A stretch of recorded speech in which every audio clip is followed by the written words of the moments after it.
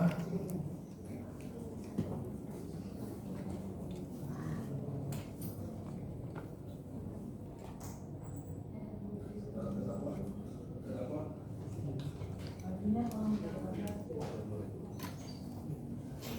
435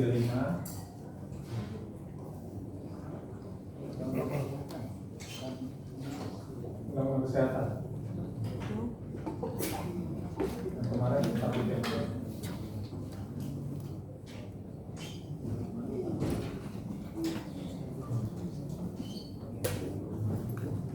dibacakan aja.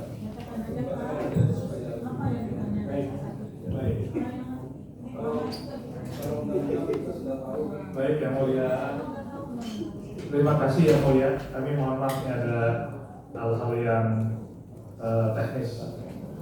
Pasal 435, setiap orang yang memproduksi atau mengedarkan sediaan farmasi. Jadi ini berkaitan dengan tuduhan memproduksi dan mengedarkan farmasi. Kami mengklirkan tersebut dengan perjanjian ini. Jadi yang memproduksi adalah PT Inetco Jaya. Kami lanjutkan pertanyaan berikutnya. Tolong rekan-rekan disiapkan lagi materi-materinya. Berkaitan dengan DNA salmon, apakah itu sudah ya? Kenapa? Kue tomato sudah. Oh, masih ada yang mulia. Kami ingin JPU memberikan barang bukti kue tomato dan surat pembeliannya. Mohon izin menghadirkan. Kami ada masalah berkaitan dengan pembelian tersebut. Boleh? Mohon izin. Terima kasih diingatkan yang mulia.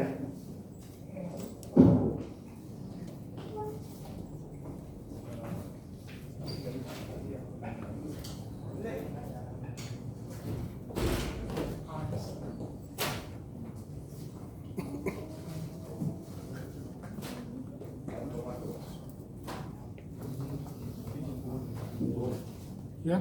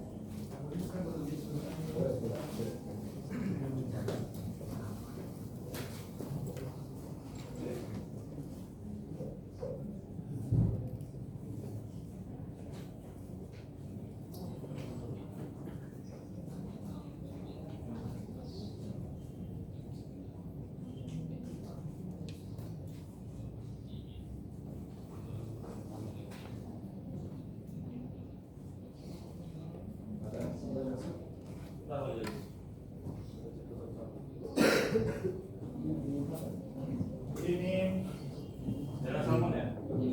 Jadi pembelian semua yang mulia. Jadi berkaitan dengan semua pembelian. Ini berkaitan dengan pasal 235 berkaitan dengan ayat 1 alat bukti terdiri atas F bukti elektronik. Lalu di ayat 3 alat bukti sebagaimana dimaksud pada ayat 1 harus dapat dibuktikan autentifikasinya dan diperoleh secara tidak melawan hukum. Kami concern di autentifikasinya yang mulia. Jadi kalau misalnya ini di capture dari HP dan segala macam, untuk dijadikan bukti harus ada celebrate terhadap seluruh bukti-bukti pembelian ini berdasarkan KUHP.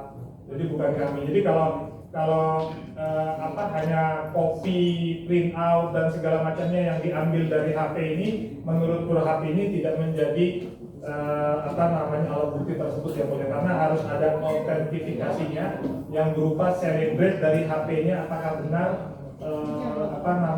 bukti-bukti tersebut dibeli dan juga memiliki hal yang sama dengan aslinya. Ada yang mau ditanyakan? Ya, kami mau menanyakan adakah autentifikasi berkaitan dengan seluruh bukti-bukti pembelian di sini? Ya, ke saksi.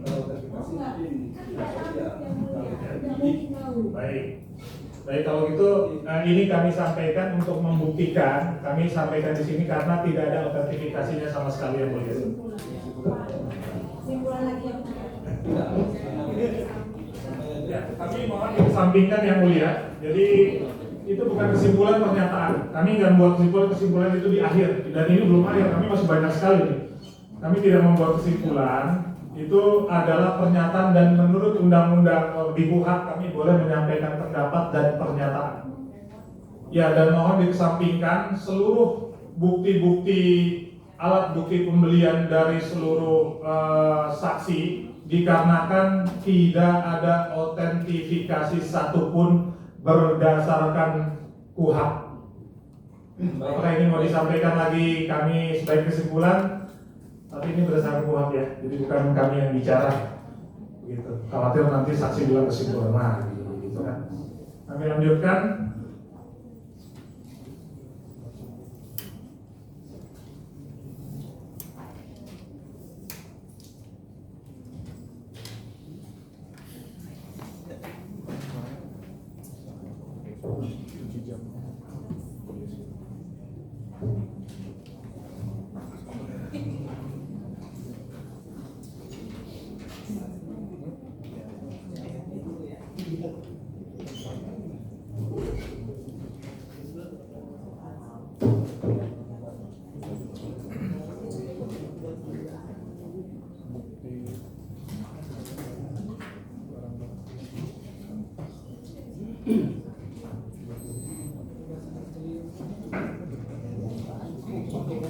Kami lanjutkan di poin 13.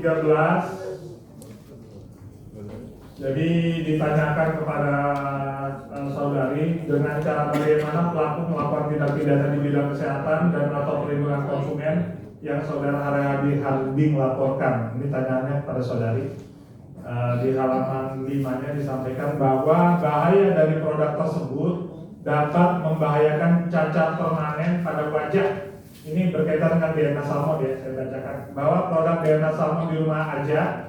Produk tersebut di marketplace Shopee milik Dr. Richard nomor NA 18 sekian yang benar sekian, ternyata tapi pada kenyataannya produk yang dibeli saya pada kemasan NA tersebut dijual 1 pieces 999 000 dan aslinya sekian, bahwa bahaya dari produk tersebut dapat membahayakan cacat permanen pada wajah dengan cara menggunakan jarum dipasang ke pipet berisi serum yang diklaim mengandung DNA salmon lalu ditempel di wajah dengan ditekan-tekan. Yang saya mau tanyakan, dari mana saksi menyatakan bahwa hal tersebut dapat membahayakan dan cacat permanen pada wajah? jadi boleh saya analogikan dengan produk Rexin, Origin yang punya Rexin saji di depan dengan dibandingkan dengan produk DNA salmon. Jadi di situ nanti ada penjelasannya. Jadi maksud saya bagaimana saksi ini bisa mengetahui bahwa dapat membahayakan dan cacat permanen? Adakah buktinya ada yang cacat terhadap penggunaan tersebut, atau juga ada bukti dari saksi pernah memakai terus jadi cacat permanen? Karena cacat permanen ini berat, hukumannya berat kalau ada orang cacat permanen karena sesuatu hal. Jadi adakah bukti yang menyatakan bahwa statement saksi ini, rekaan saksi ini, bahwa memang kalau seandainya DNA salmon digunakan akan ada cacat permanen? Adakah bukti atau ini hanya asumsi dan tuduhan belaka? Jadi di situ jelas tertulis dapat menyebabkan ya, tidak pasti ya di situ ya. Jadi begini. Jadi tidak pasti ya. Sebentar, saya jelaskan dulu, jangan potong-potong. Silakan. Jadi begini, DNA salmon yang dijual oleh terdakwa Richard Lee itu adalah red skin, relabeling.